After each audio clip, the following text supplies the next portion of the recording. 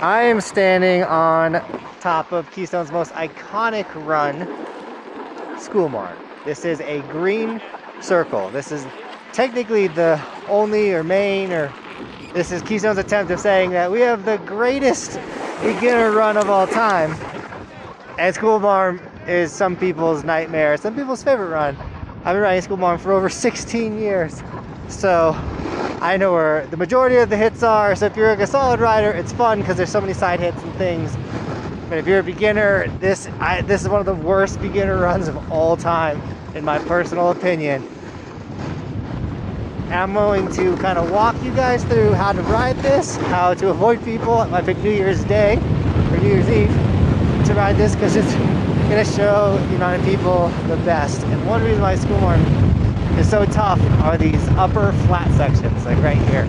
So I'm about to ride past some beginners who are one-footing because they struggled with the flat section. And yes, there are some good blues that dump off of Schoolmarm, so you're basically using Schoolmarm to get to a lot of other runs as well. If you're a solid shredder, you'll be riding Schoolmarm to get to runs you like. But so many beginners just struggle in this flat section. If you're a better rider, oh, they crushed it. Normally there's a massive side hit over here. Ooh, now it's just whippy.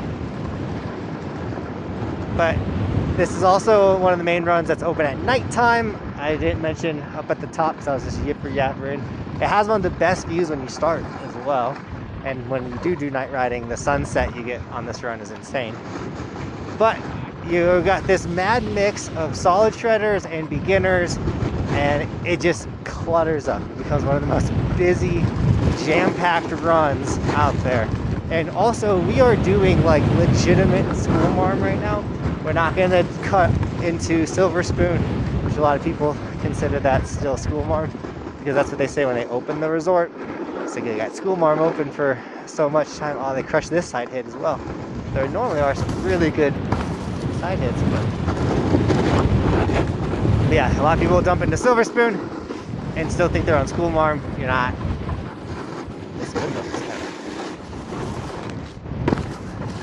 kind of cool. Now this part, I'm on the wrong side. Try not to die. This part is Schoolmarm has some really good side hits. This is one that we missed. I think you did a good job of smushing these things down before the holiday. But this right side down here will have your better side hits.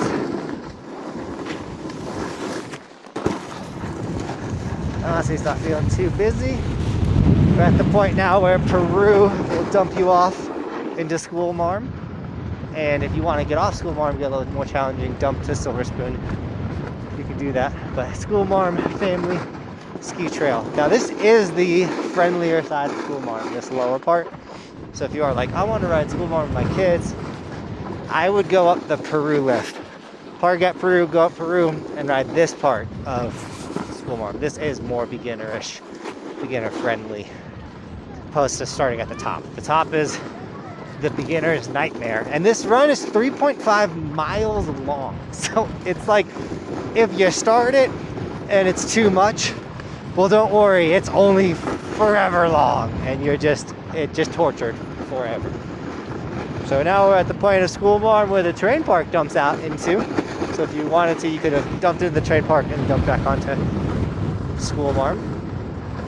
Once again, just in the more beginner mellow side, there's this super iconic side hit coming up that I scouted earlier. And it's over here. Gonna dump down into this gully, but you gotta, once again, Schoolmarm is normally super busy. This was actually a lot more of a run. But you come out here and you'll have people in the way, things like that, but that's it. That normally you can absolutely boost that. I saw that lady laying there, so I wasn't gonna land on her. So you got some people walking down, people struggling. At this point, if you start from the top and you're a beginner, your legs are cooked. Also, Schoolmarm truly goes to the bottom of Peru. My teeth are starting to hurt because it's so cold from me just talking. But Schoolmarm truly goes all the way down to the bottom of Peru, not River Run, by the way.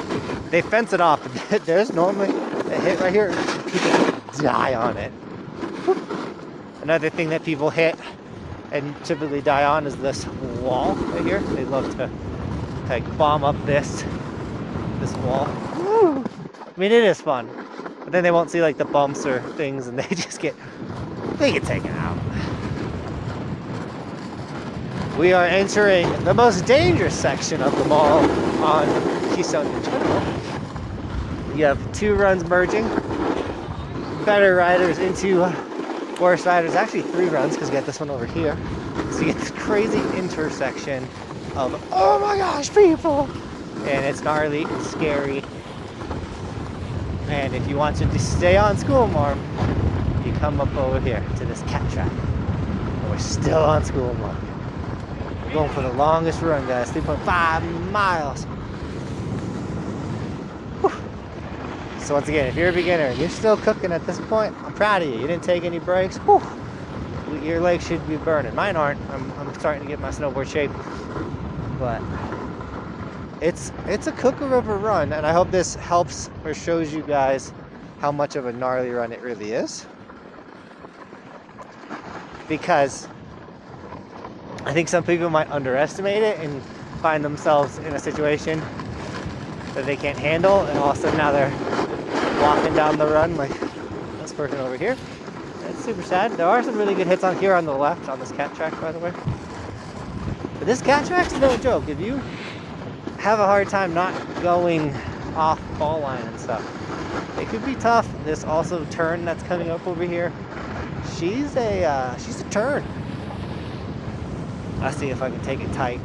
It's usually really. And it was at this second when my microphone turned off, which was a super bummer. Or it died because of how cold it was. But that was the epic turn that I was just talking about. It can be pretty icy, so be aware of that. We're just going to voice over this section just because we're almost done with this whole run. But I was saying, if you want to get to the bottom of a river run at this point, you can take Ina's way. She was a Keystone employee for many, many years. Super sweet lady, and she discovered this run.